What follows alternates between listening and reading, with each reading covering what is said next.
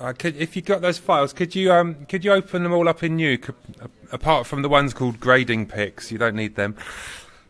Open them all up in Nuke, except for the one called grading pics. You don't need that one just yet.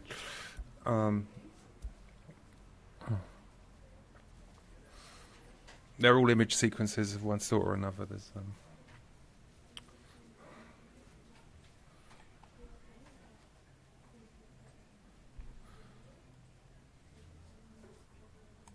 So you should see that footage of their table as one of them.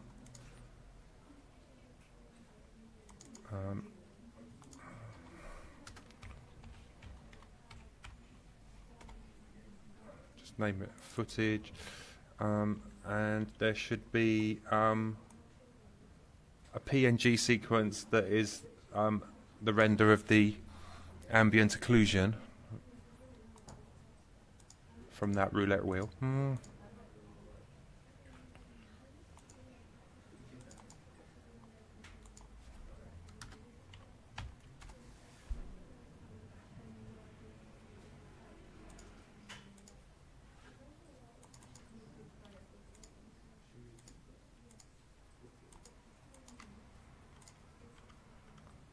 There's a JPEG sequence of the shadow pass. And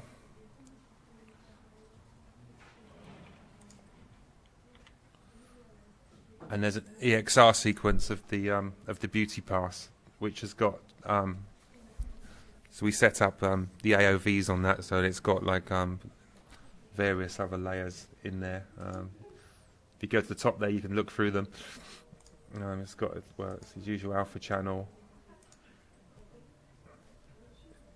It's got two diffuse passes, a shadow pass it has got a shadow pass, shadow matte pass, sorry.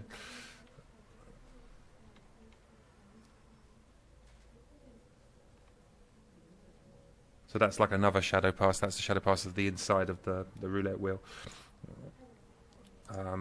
There's a specular pass. I think that's it.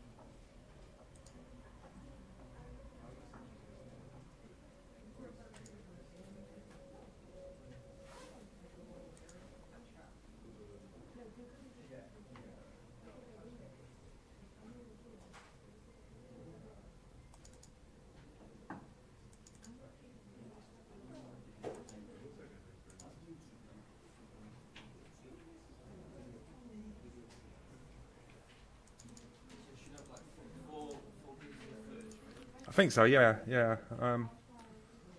The background, the beauty pass, and two sort of shadow passes, yeah. We're just going to put these together quickly. I just want to wrap that one up now, really, and just go through again, breaking down these EXR multi-passes, yeah.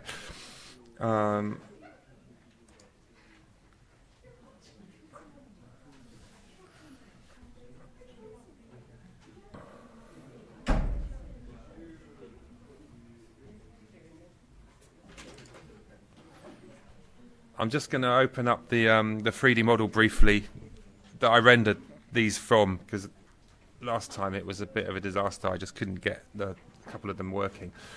But I managed to figure it out. It's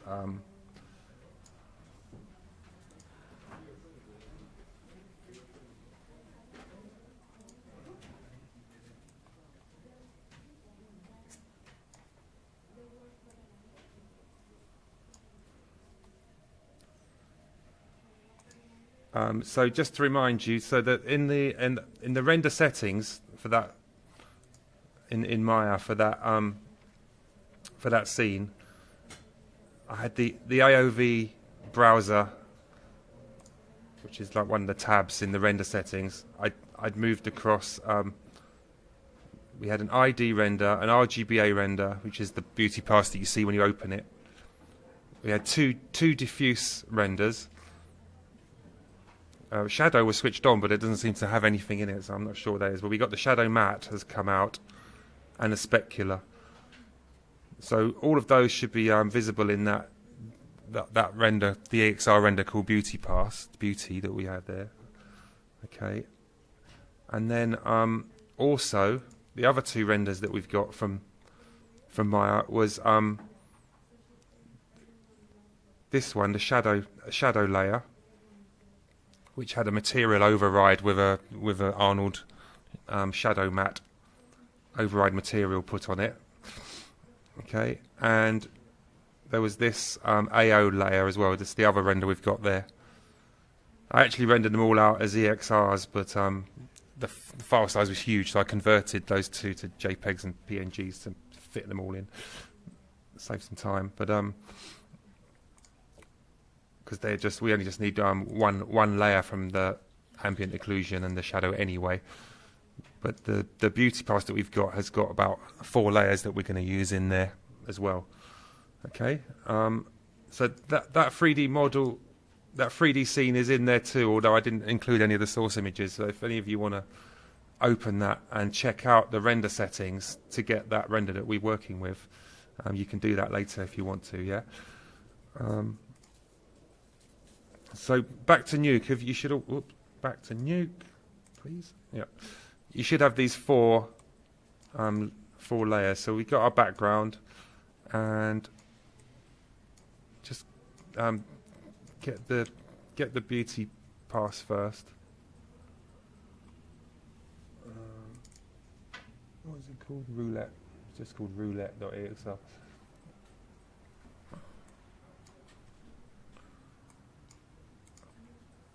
So we're going to just split this up and then lay it down in layers onto the background, yeah, just to show how that's done.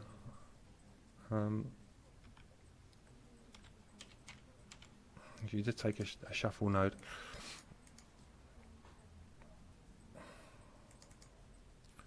And then the input, we can just change that to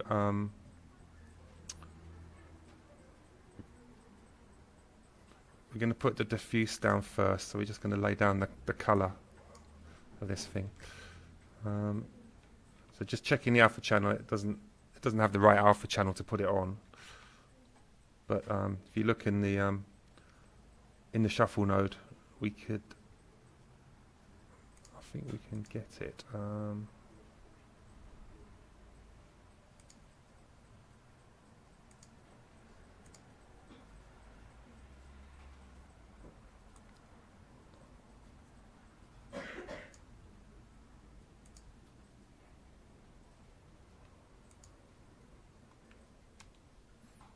Okay. So if you only have the input 1, it just gives you that layer which doesn't come with an alpha channel with it. But you can, in input 2, you can choose the alpha channel from the main render.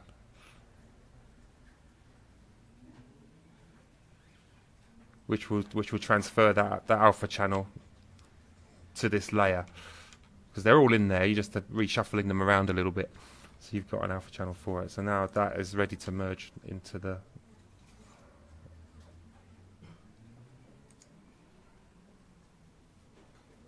What did I do there?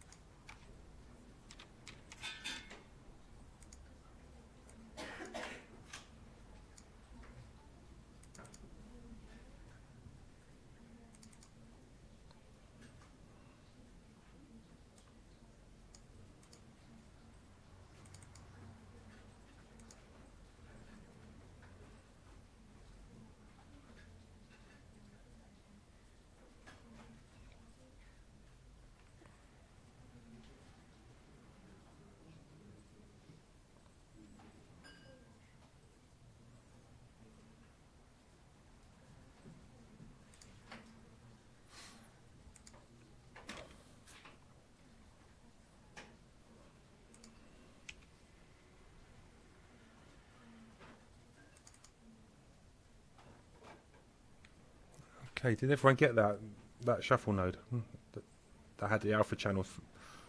So the input, the RGB that we're seeing is the diffuse direct layer, and the alpha channel it's using is from the RGBA layer of that same image. Yeah.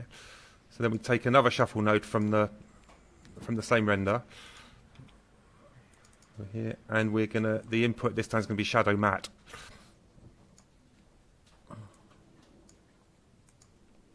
Okay. Which has a solid alpha, but I don't think we need that. So I'm going to turn that alpha channel off because we don't need that alpha channel. So that's off. Now it's just RGBA. No, it's just RGB. Sorry. Now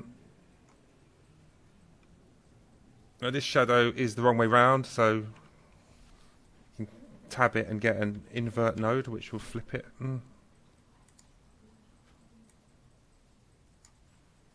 Okay, now it sort of looks like a shadow.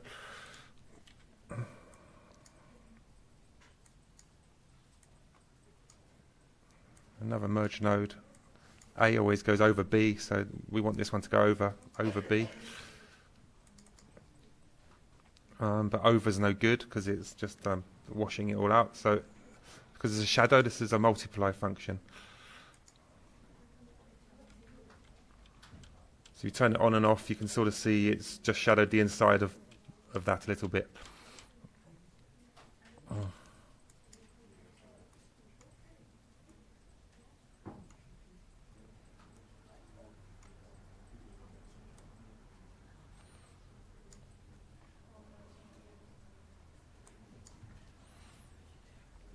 So we sort of we sort of start with the base colours and add all the darkest bits first, and then we're going to put the lighter parts of it over towards the end of the tree, sort of building out from. I just used it to. It was just because the shadow comes in as a sort of solarized as a reversed colour, so I just put the invert node in.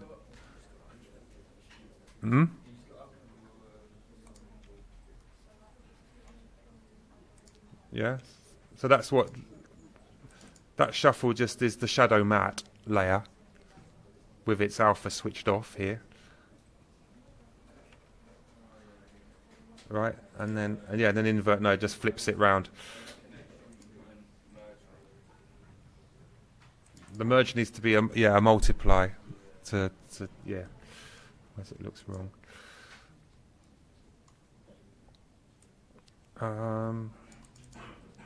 This next one is the shadow render. So that's a JPEG sequence. Looks like this. So this is almost as identical to that one there. So you could just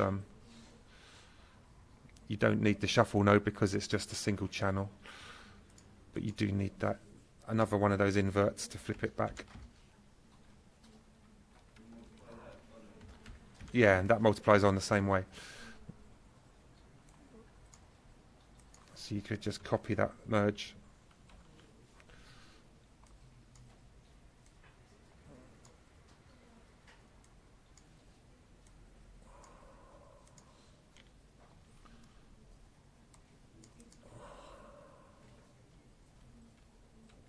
You see it's casting a bit of a shadow on the table. Turn it on and off.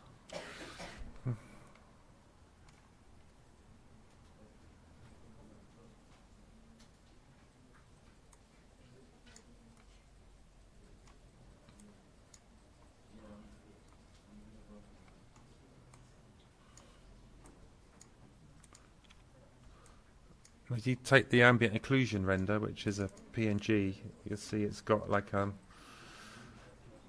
it's just rendered the tabletop and the roulette wheel. And, we want to use that in the same way as the other ones, but because it's got all this black around the edge, we need to just get rid of that first. So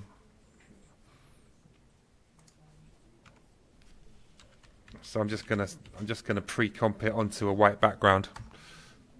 If you tab up a constant and make your press S for your settings and make sure it's set to HD 1080.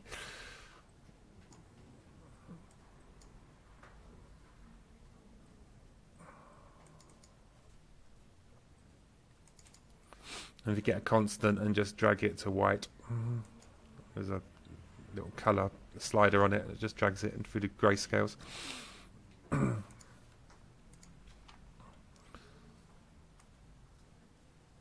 And just if you select those two and press M, it will automatically comp them together.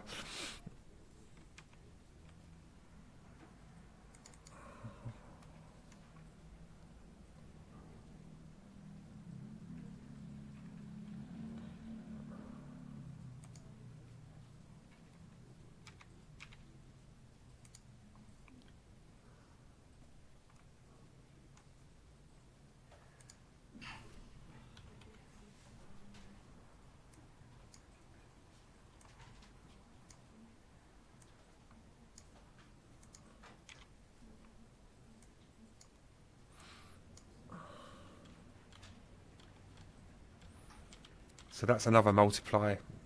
So there's could just be a copy of the previous two to put that on as well. So that gives you sort of 3 layers of shadows to play around with on that scene.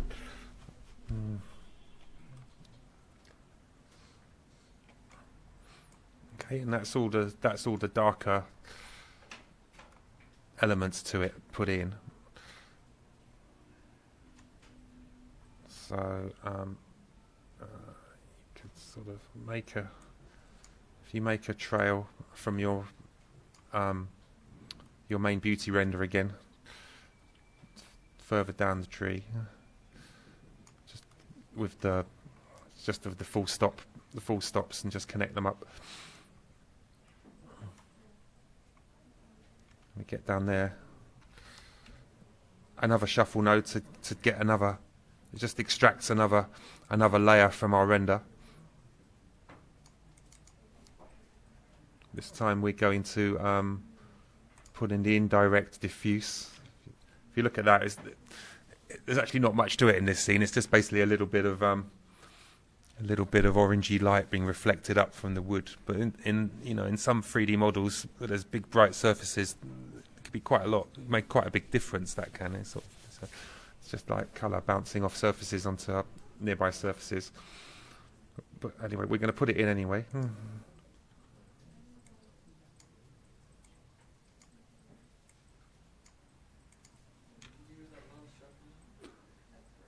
That last shuffle was just to pull out the diffuse indirect layer from the EXR.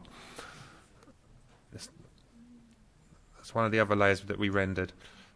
It's fairly minimal in this render, but it it can look really nice in some things. It's just like light reflected, secondary light being reflected from the object itself and cast onto itself. In this case,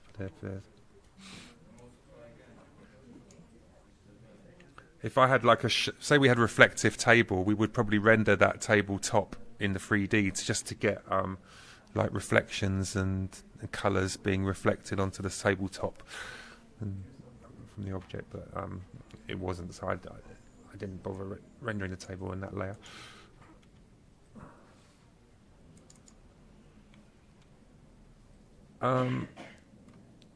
So anything additive like that should really be a screen or a plus as the function in the merge. So the multipliers, we're going to do a little grading lesson after this. I'm going to explain these various things that they're sort of, you've probably seen them in Photoshop as well and other softwares. After Effects and Photoshop share the same names for them all, but they're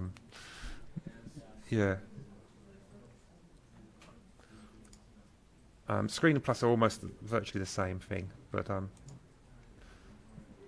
although because that was a very minimal thing, you might not notice much. Yeah, you see it's just reflected a bit of light back from the surface onto the edge, inside edge of that reflective. So it's not doing a huge amount, but it's there. Okay, and another shuffle node.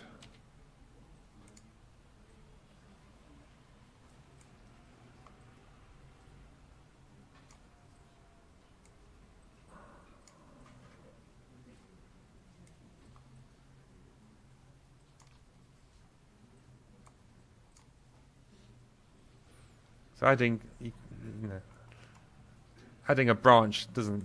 It still means we're going to get. It's still coming from the same place. So it's neat and having loads of lines going to it, maybe.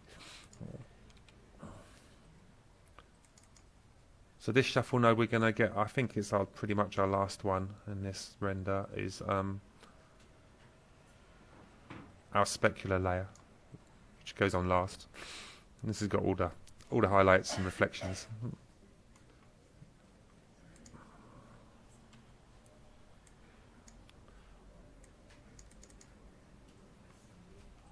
And the inputs the wrong way round. You can just do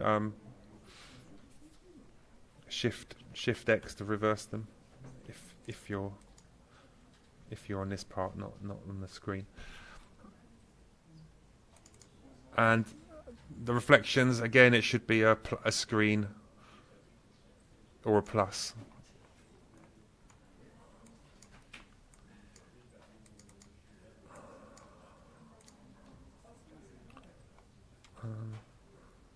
Yeah, and the reason you do a screen or plus is this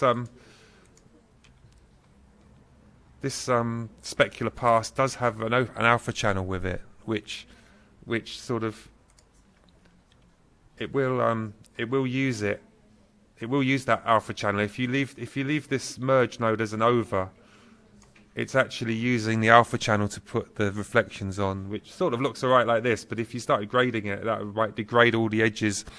So by using the screen or the plus, it's just literally adding the sort of white light over the top of the image and not using the alpha channel at all.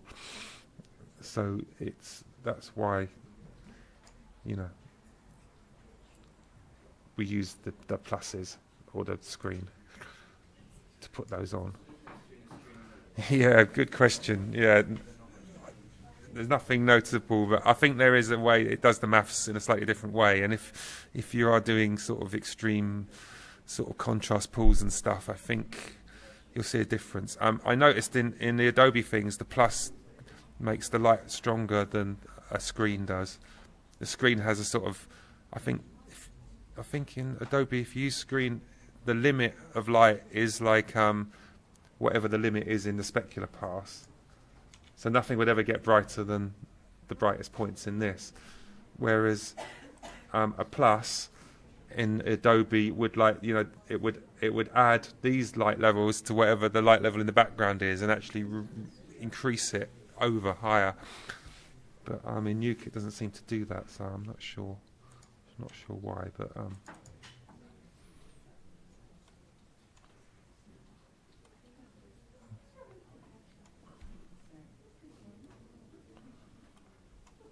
all right, so that's all layered up now. But nothing's been changed. This is exactly as it would look like if you just rendered out an RGBA, any type of a TIFF sequence or a PNG or whatever, and then plonked it on using its alpha channel. It should look more or less identical to that. But doing it this way, you now got like the total flexibility to sort of go in and sort of say, right, my shadow's not too strong. I want to dial it down to 50%, or actually in this case it's not strong enough, so maybe I could grade. They're in that specular pass. They sort of render together with the specular highlights. I think that's an Arnold thing. I'm not sure. In some softwares, I've seen like reflections and specular come in through as two separate things.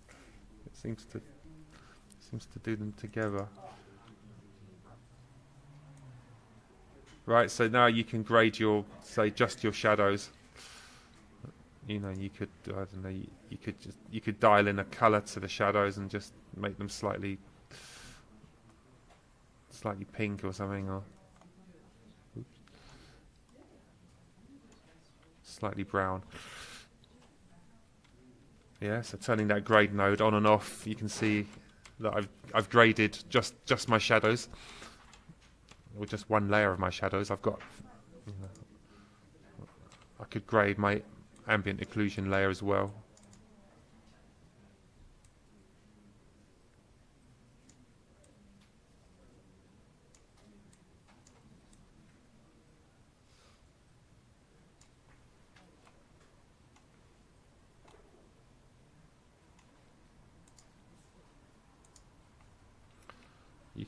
You could change the overall color of the whole model by going in and putting a grade in the first diffuse pass.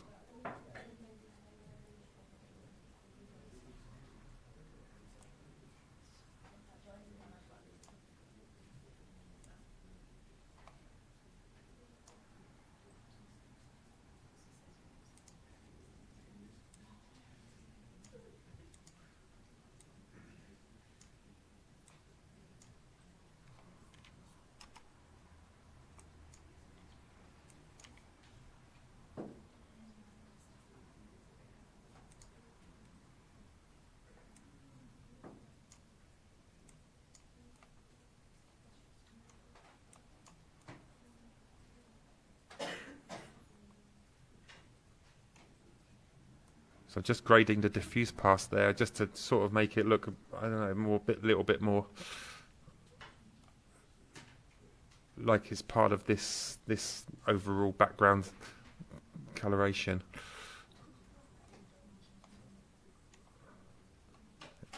It felt a bit too high contrast and a little bit too dark for the rest of the scene somehow.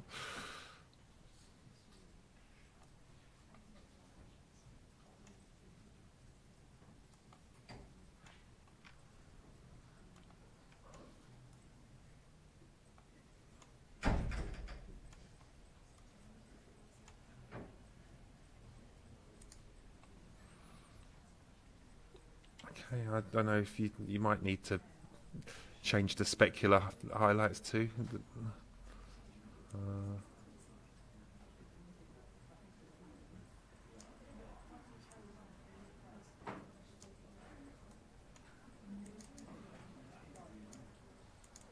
Maybe the specular's too strong. You just tone it down to 90%.